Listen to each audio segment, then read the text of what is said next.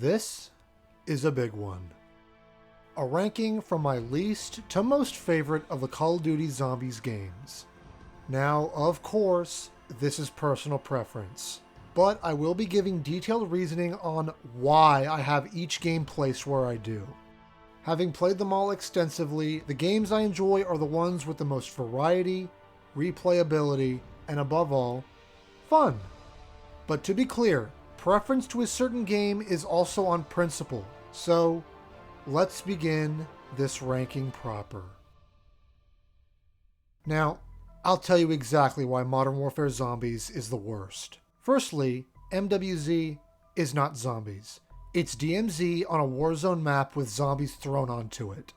Taking what once was a wave-based horde mode and turning it into an extraction shooter with barely any focus on the zombies themselves is embarrassing. Running around doing objectives to get a drip feed of points while you're on a time limit is bad enough, but the design of the mode itself is horrible. For the fact that this is an online multiplayer only mode, meaning that if you don't have an internet connection and a paid subscription, you can't play it. It does not exist offline, and you cannot play it solo.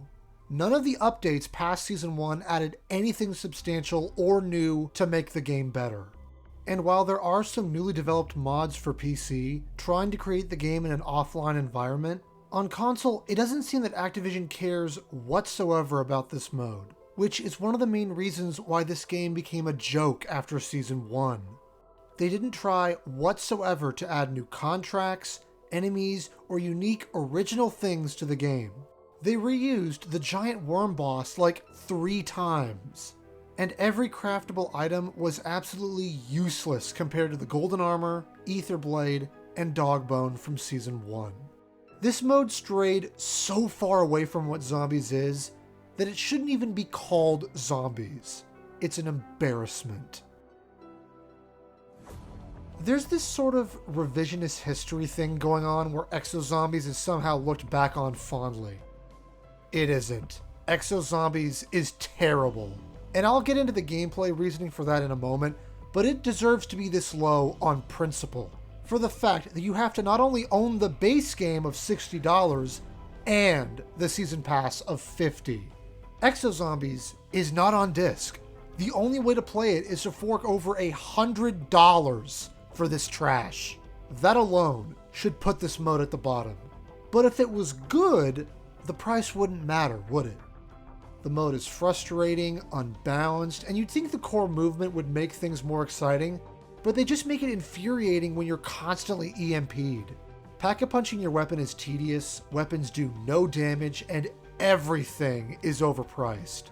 The map selection felt like 2 steps back in terms of gameplay depth compared to Black Ops 2. They feel like bare-bones BO1 maps with no personality. And the individual elements of the maps like Infection with its gas zones, Carrier with its bomb defusings, and Descent with its forced Oz boss fights, the player has no room to breathe and actually enjoy any of the maps themselves. And with the EMZs on every map never having been nerfed, they defeat the entire purpose of having the exosuit at all. A terrible mode that you have to struggle just to play. Now, those who watch me know I stand by Shinonuma Reborn and the Archon. I've made videos on the fun that can be had here, but having to pay $70 for one great map and one okay one is a hard sell. And quite frankly, it's just not worth it. Duran Fong's quasi-outbreak mode is not for everyone, and Terra Maledicta was a complete waste of time. The fact that 2 maps in this game share the exact same layout and another already had a part of it in the first, it makes the whole game feel cheaply stitched together, which it essentially was. Now, while there are some interesting things about this game, like its perk mechanics, and actual good ones like the fantastic Covenant system, while I enjoy half of the game, the other half, which is 2 whole maps, would only be worth $5 to $10 from the bargain bin. What puts Cold War so low for me is the boring gameplay and uninteresting maps. All of them just being either rips from the campaign or a bland reusing of assets. None of them having any of that zombie's personality, so it already gives the game no character. Then add on top of that some of the most easy, brain-dead mechanics I've ever seen. When you can get to round 100 with any weapon and any ability with no challenge, that's an issue to me. And there being no perk limit just breaks the balance of the game. The game's story and the introduction of operators killed any chance for the Dark Aether story to be engaging or interesting. And the life cycle of this game was marred by season after season of nothing but embarrassing Outbreak updates rather than new maps. But the issue with the maps in this game is their lack of truly defining characteristics and unique mechanics because of the modern zombies' core gameplay systems, which would bleed through into every round-based map to follow. Cold War was a streamlined, oversimplified version of CoD Zombies that turned longtime fans away and lowered the standards of the mode as a whole. Black Ops 6 still has the reused elements, mechanics, features, point system, salvage system, field abilities, etc. from Cold War. However, the maps themselves are better with more personality, so that's why it goes above it. The thing that just makes this game not as replayable for me is how uninteresting the high rounds become. Having virtually the same length and amount of zombies, while keeping the zombies doing more damage over time, and super sprinters, just makes it somehow boring and tedious. Plus, with every single gameplay element repurposed from Cold War 4 years prior, it makes the game feel played out and tired. Mechanically, there is nothing different from Cold War, and with the drip feed of already existing field abilities, ammo mods, and perks from the previous games over the course of this game's life cycle, it was extra disappointing every season. And while the augment system is a great idea, I just wish it were in a game with better mechanics, and again, a perk limit. Some of the augments themselves could be better too, like all the ones for depth perception are completely terrible, and the sheer number of reused perks, abilities, and ammo types, it just makes the game feel lazy with barely any new ideas. Plus, pointlessly and shamefully bringing back gobblegums just to try to make a quick buck on fake nostalgia doesn't help the game either. Not for nothing, World at War started the mode, and coming back to it, it can still be a fun time. The only holdout for me is the sometimes wonky hits from the zombies, and knifing is a no-go. It's like you get sucked into the zombies when they hit you, and it can actually be really annoying to try to move once you've been hit. Also, the mode was still ironing out some things, and it really sucks that the best map in the game is marred by a game-breaking bug that takes away your jug when you try to use the Wonder Waff. Other than that, these original maps still play very well, and there's enough uniqueness here to still be fun. With Verrückt and Shinonuma especially, seeing how different they play from each other can be really engaging.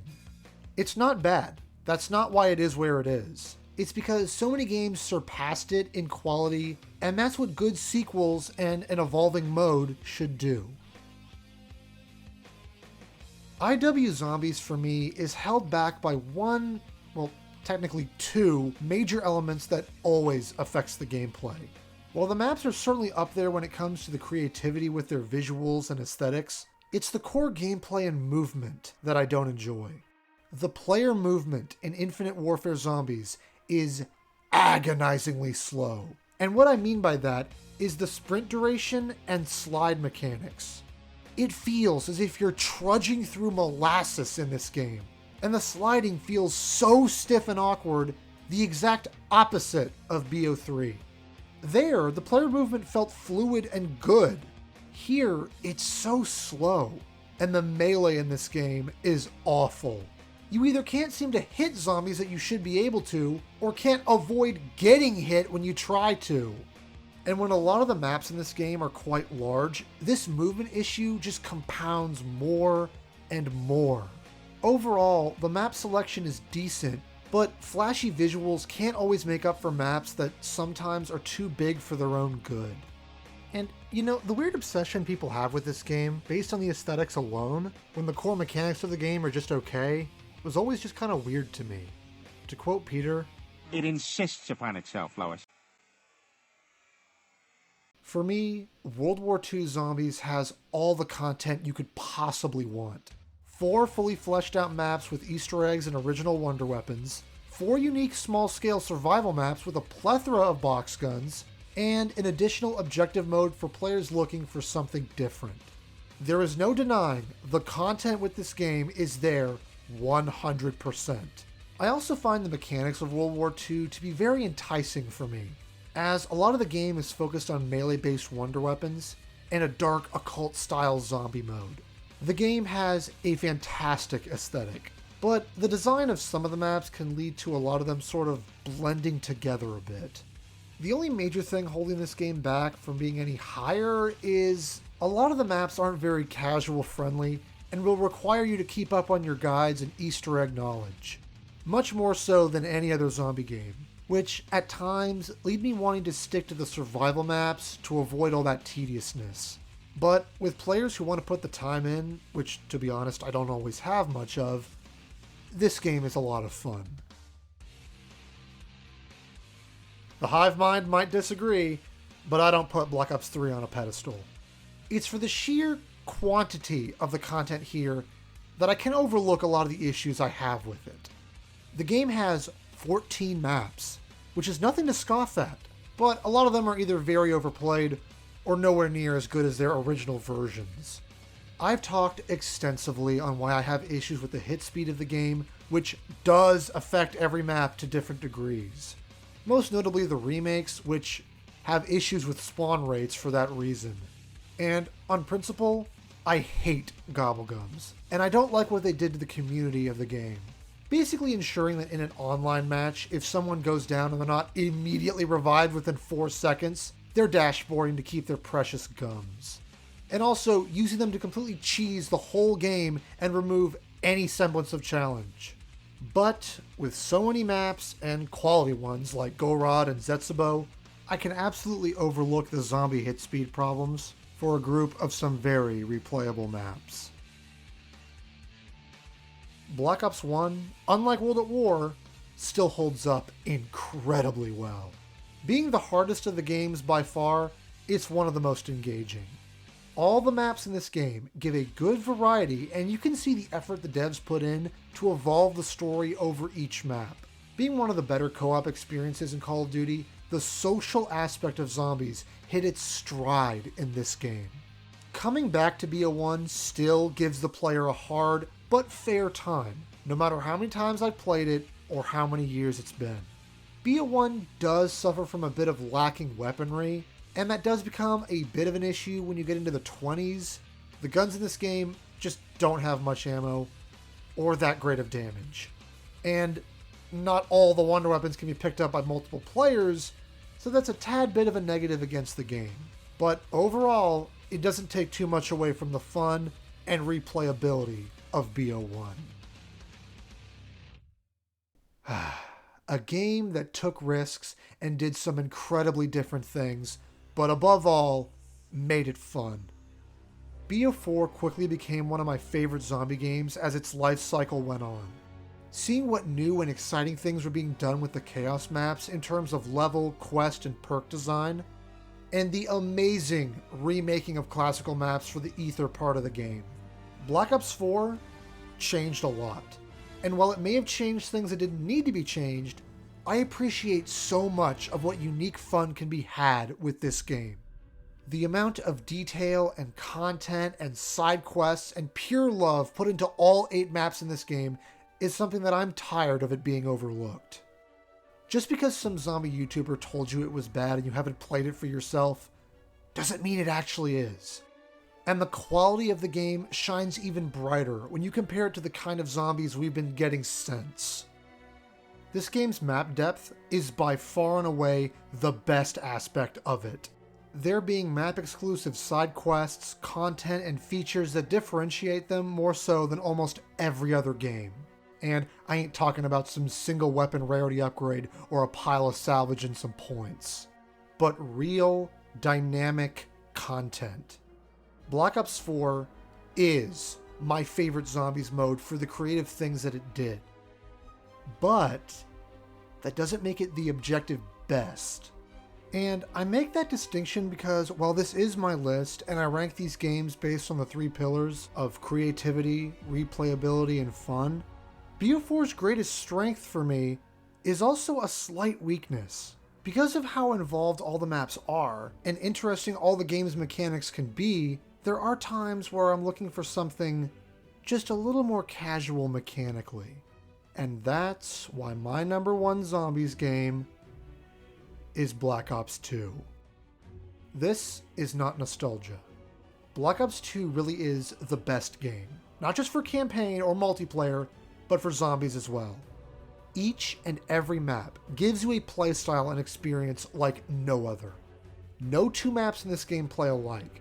Each one catered to a different type of player, and you can see over the life cycle of this game how the mode evolved to be the best version of itself. From Transit to Origins, there's no game like BO2. Every map is expertly crafted and dripping in atmosphere and filled with so much replayability. The mechanics are refined perfectly from Black Ops 1, and you can never go wrong with a match of BO2 zombies with friends. BO2 is, and may always be, the best zombies CoD has ever given us. For the fact of so much variety in its maps, creativity with its mechanics, and passion from its devs.